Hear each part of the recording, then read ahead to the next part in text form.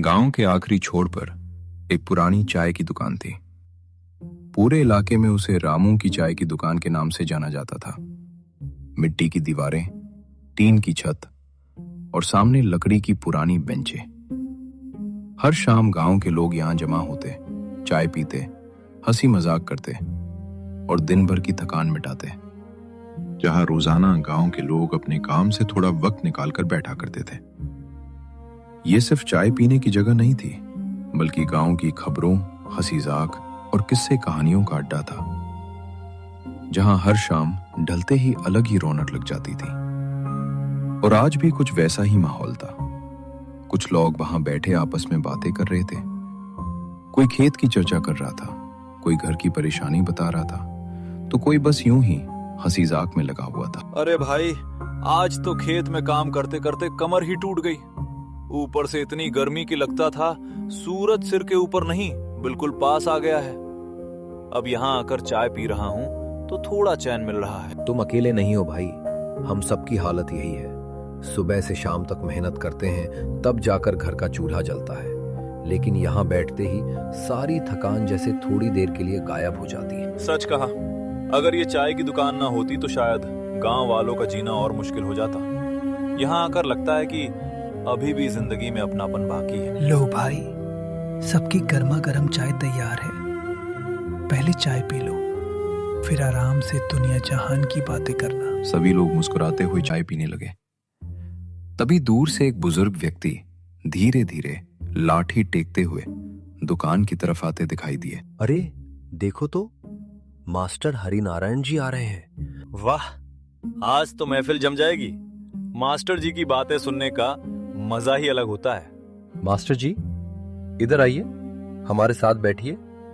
आज बहुत दिनों बाद दर्शन हुए हैं। अरे भाई, तुम लोग भी ना जब देखो बुला लेते हो, लेकिन ठीक है, सोचा थोड़ा टहल लूं तो इधर भी आ गया। घर में बैठे बैठे मन भी ऊब जाता है। मास्टर जी, आपके लिए बिना कहे चाय बना देता हूँ। आज की पहली चुस्की मेरी तरफ से। धन्यवाद रामू, तुम्हारी चाय का स्वाद आज भी वैसा ही है जैसा बरसों पहले हुआ करता था। मास्टर जी, आपकी तबीयत कैसी है? अब पहले जैसा बाहर निकलना कम हो गया है। उम्र अपना असर दिखाती है बेटा। शरीर पहले जैसा साथ नहीं देता, लेकिन भगवान की कृपा है कि अभी तक अपने पैरों पर चल रहा हूँ। मास्टर जी, आपकी बातें हमेशा कुछ नया सिखाती हैं। आज भी हमें अपने जीवन की कोई सच्ची घटना सुनाइए। मास्टर हरिनारायण कुछ पल के लिए चुप हो गए। उनकी आंखों में पुरानी यादों की परछाई साफ दिखाई देने लगी।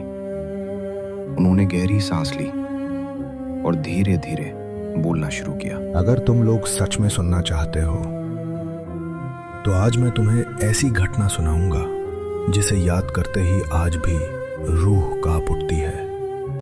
ये कोई सुनी सुनाई कहानी नहीं, बल्कि मेरी आंखों के सामने घटी हुई सच्चाई है। मास्टर हरिनारायण ने चाय का कप धीरे से बेंच पर रखा। दुकान पर बैठे सभी लोग बिल्कुल शांत हो गए। हवा भी जैसे थम सी गई थी। हर कोई उनकी कहानी सुनने के लिए उत्सुक था। उसी रात एक युवक, राघव, अपने हाथ में कपड़ों और मिठाइयों का थैला लिए अपनी पत्नी गौरी के मायके जा रहा था। उस दिन उनकी शादी की पहली सालगिरह थी।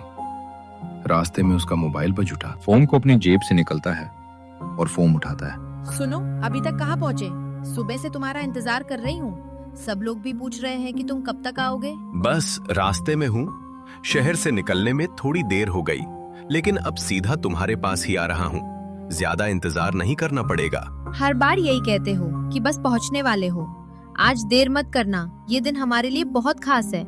मुझे भी पता है। इस बार तुम्हारे लिए एक छोटा सा सरप्राइज भी लाया हूँ। उम्मीद है तुम्हें बहुत पसंद आएगा। अच्छा, अब जल्दी आ जाओ। और हाँ, रास्ते में मोहन की दुकान पड़ेगी, वहाँ से ताजी मछली लेते आना। माँ ने कहा है कि आज सब मिलकर खाना खाएंगे। ठीक है, अच्छा हुआ तुमने याद दिला दिया। मैं मछली लेकर ही आगे बढ़ूंगा। फोन अपने पास रखना, रास्ता सुनसान है, मुझे बेवजह चिंता होती रहती है। चिंता मत करो, मैं बिल्कुल ठीक हूँ। जल्दी ही मिलते हैं। फोन कट गया। राघव मुस्कुराते हुए आगे बढ़ने लगा। लेकिन जैसे जैसे रात गहरी होती जा रही थी, सड़क भी उतनी ही सुनसान होती जा रही थी।